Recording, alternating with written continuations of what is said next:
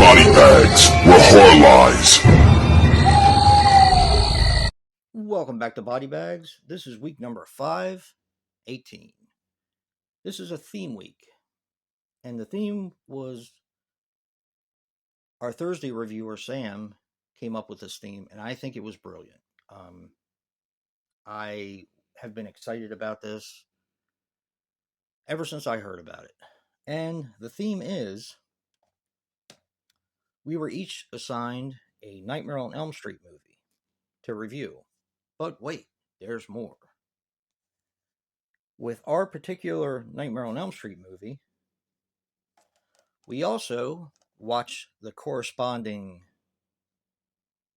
segment on Never Sleep Again and talk about that a little bit. And I think that paired with the movie that I got assigned, which was Nightmare on Elm Street 2, Freddy's Revenge. I was really excited to talk about this. So let's get right into it. I'm not going to spend much time on the film itself because I do believe most people have seen it. I did want to talk a little bit about the Never Sleep Again segment called Kill for Me. All right. A Nightmare on Elm Street 2, Freddy's Revenge, is a 1985 film, which runs approximately 87 minutes, and is directed by Jack Sholder. Now, he was responsible for 12 Days of Terror, which is loosely based on Jaws. True story. Beeper and Arachnid. This stars the legend Robert Englund as Freddy Krueger. He was in all the other Nightmare on Elm Street movies. Phantom of the Opera, Dance Macabre, which I did review for BodyBags a while back, and The Mangler. This also stars Mark Patton as Jesse Walsh. He was in The Creeps, Swallowed, and Amityville Clown House. Yeah. This also stars Kim Myers as Lisa Weber. She was in The Forger, The Dust Factory, and 10,000 Days. The budget on this film was $3 million and had a worldwide gross of $30 million. And it was the only Nightmare on Elm Street movie to have a male lead or final girl or guy, whatever you want to call it. Now, Robert was originally not asked to come back and refused to give him a pay raise. They did hire someone else, which was one of the stuntmen, to take his place, but that didn't work out so good, so they kind of realized that they had made a mistake, and they asked him to come back and met his demands. And I'm glad they did. All right. Like I said, I'm going to go over a simple synopsis for Nightmare on Elm Street Part 2, because I do believe everyone's seen it. This seems to be one of the ones that people hate in the franchise. Not me. This is probably the one I've watched the most, and I actually learned something about myself because I have been watching all of the Nightmare on Elm Street movies lately for something else. So it was good that I was assigned this film because then I could watch this one as well again. Not that I ever needed to because, like I said, I watched this one more than any of the other ones, including the first one. It was about the time, and having it taped off of VHS. I didn't have the real tape until much later because they were so expensive. But my father and I did copy tapes. I never sold any. They were just for my own personal use. And I did watch this movie a lot when I was younger. So you have Jesse Walsh, who moves into Nancy's house from the original Nightmare on Elm Street. All of the events take place about 5 years after the events that happened with Nancy. And this is a little bit different because Freddy does come to Jesse in dreams, but wants to possess him to have him kill for Freddy. So it's a little bit different, and you also have Freddy out in the real world, which I'll get to when I go over the Never Sleep Again part of the review. Um, he kills a bunch of people using Jesse, and it's up to Jesse and Lisa in order to stop Freddy and put him back in, to get rid of him and to kill him off, like they do in every film. Although he does come back, or else there wouldn't be 10 films. I don't know, 9 or 10 films. Um, this is the much complained about box set for the Nightmare on Elm Street movies. I do like this box set. I do believe as fans, not that we're owed anything else, but I do believe a more comprehensive box set should be released with Freddy's Nightmares on it, um, and a lot of the other special features. And some of these are 2 to a disc, just to show you that real quick before I get into the next part of the review. You have The Nightmare on Elm Street Part 1, which is on 1 disc. You have 2 and 3 that are on 1 disc, 4 and 5 that are on 1 disc. Freddy's Dead, The New Nightmare that are on 1 disc. And this has the bonus stuff. This doesn't have Freddy vs. Jason or the remake. So that takes care of Nightmare on Elm Street Part 2, Freddy's Revenge. Now we're going to talk about Kill For Me, which is the segment pertaining to Nightmare on Elm Street 2. I'm going to go over the people that have parts in this, and I did take time to jot down every person who speaks in this. We have Jacques Heitken, who's the cinematographer, Sarah Reicher, who's the co-producer, Robert Shea, who's the producer and CEO, or used to be the CEO of New Line Cinema, Joel Susson, who is the line producer, of course, Wes Craven, who is the legendary director of the first one, rest in peace, Rachel Talalay as the production manager, David Chaskin as the screenwriter, Jack Sholder as the director, Heather Langenkamp as an actress. Of course, she plays Nancy in the first one. Robert Englund, of course, an actor who plays Freddy. Mark Patton, an actor who plays Jesse. Robert Russer as an actor who plays Grady. Kim Myers, an actress who plays Lisa. Sydney Walsh, an actress who plays Carrie, which is Lisa's, I guess, best friend. Joanne Willett, who is an actress that plays the bus girl number 2. David Miller, makeup artist for part 1. Kevin Yeager, who's the makeup effects coordinator. Clu Gallagher, who's an actor who plays Ken Walsh. Rest in peace, Clu Gallagher. Rick Lazzarini, who's the special effects creator. Marshall Bell, the actor coach. Jeff Katz, former New Line executive.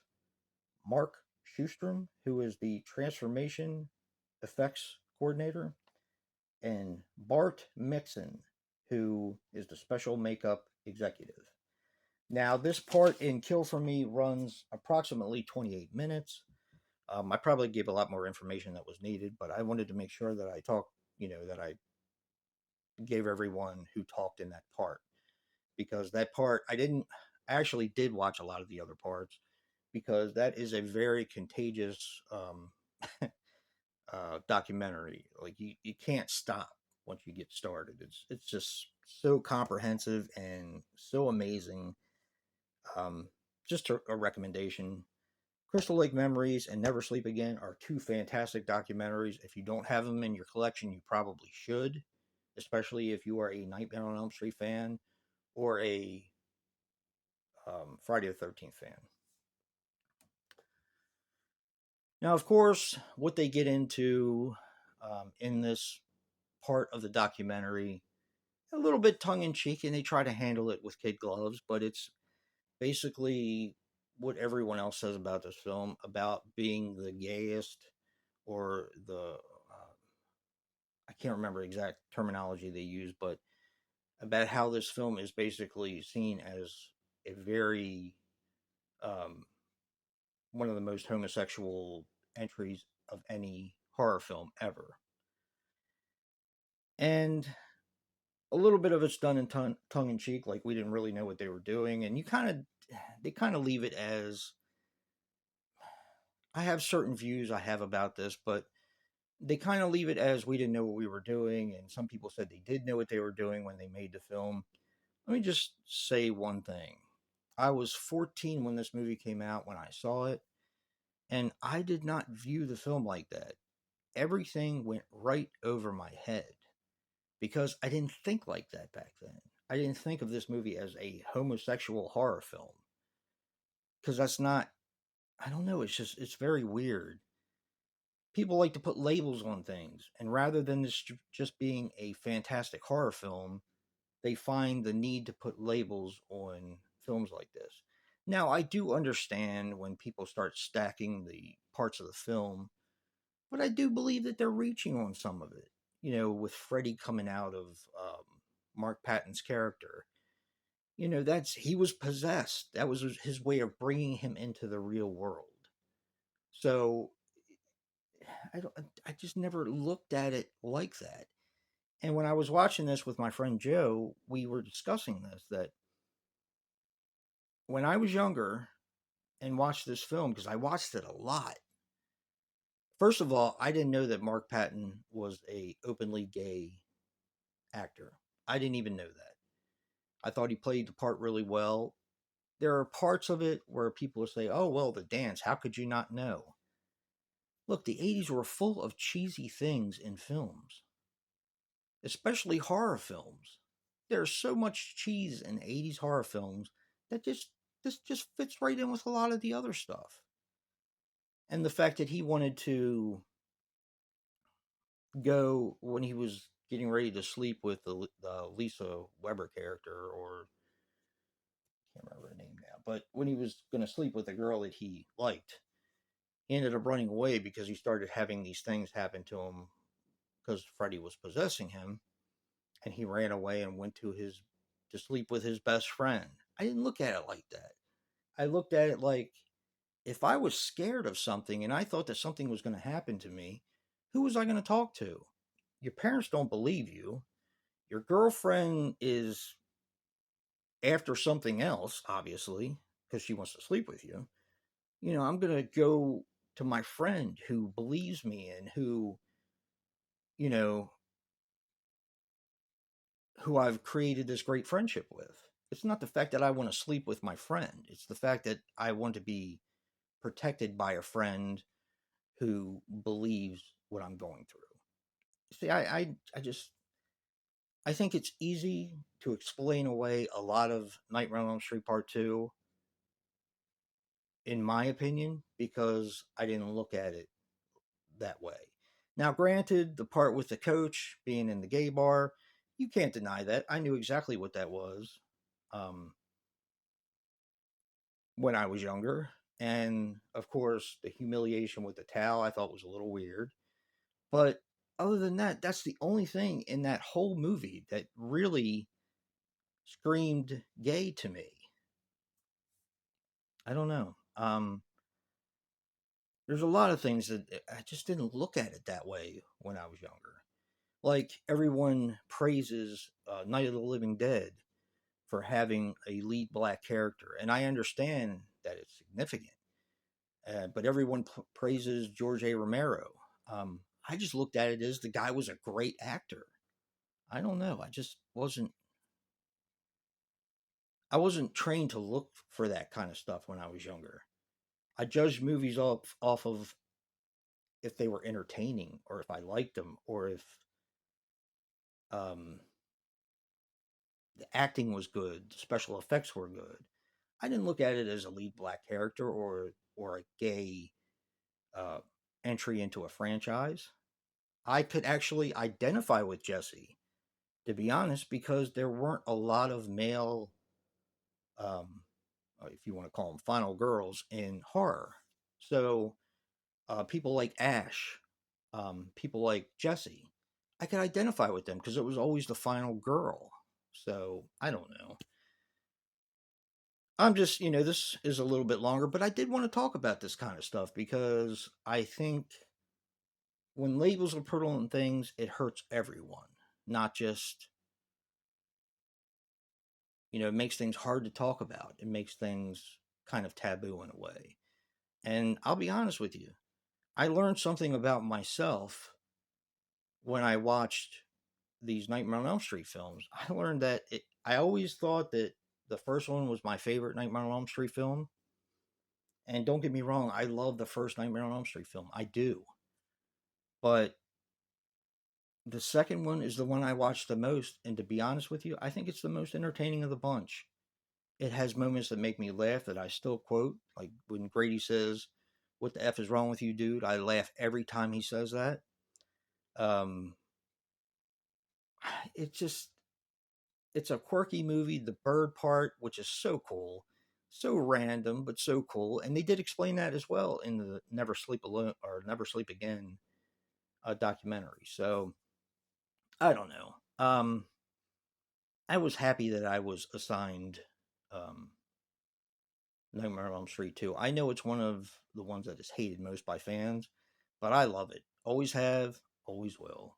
Don't really care what they say about it. Um, it's something that I can watch quite a bit. So that's it. Thank you, Sam, for coming up with this great entry into our uh, theme week or theme month for Body Bags. And if you like what you see in here, hit that like button and subscribe. And until next time, peace.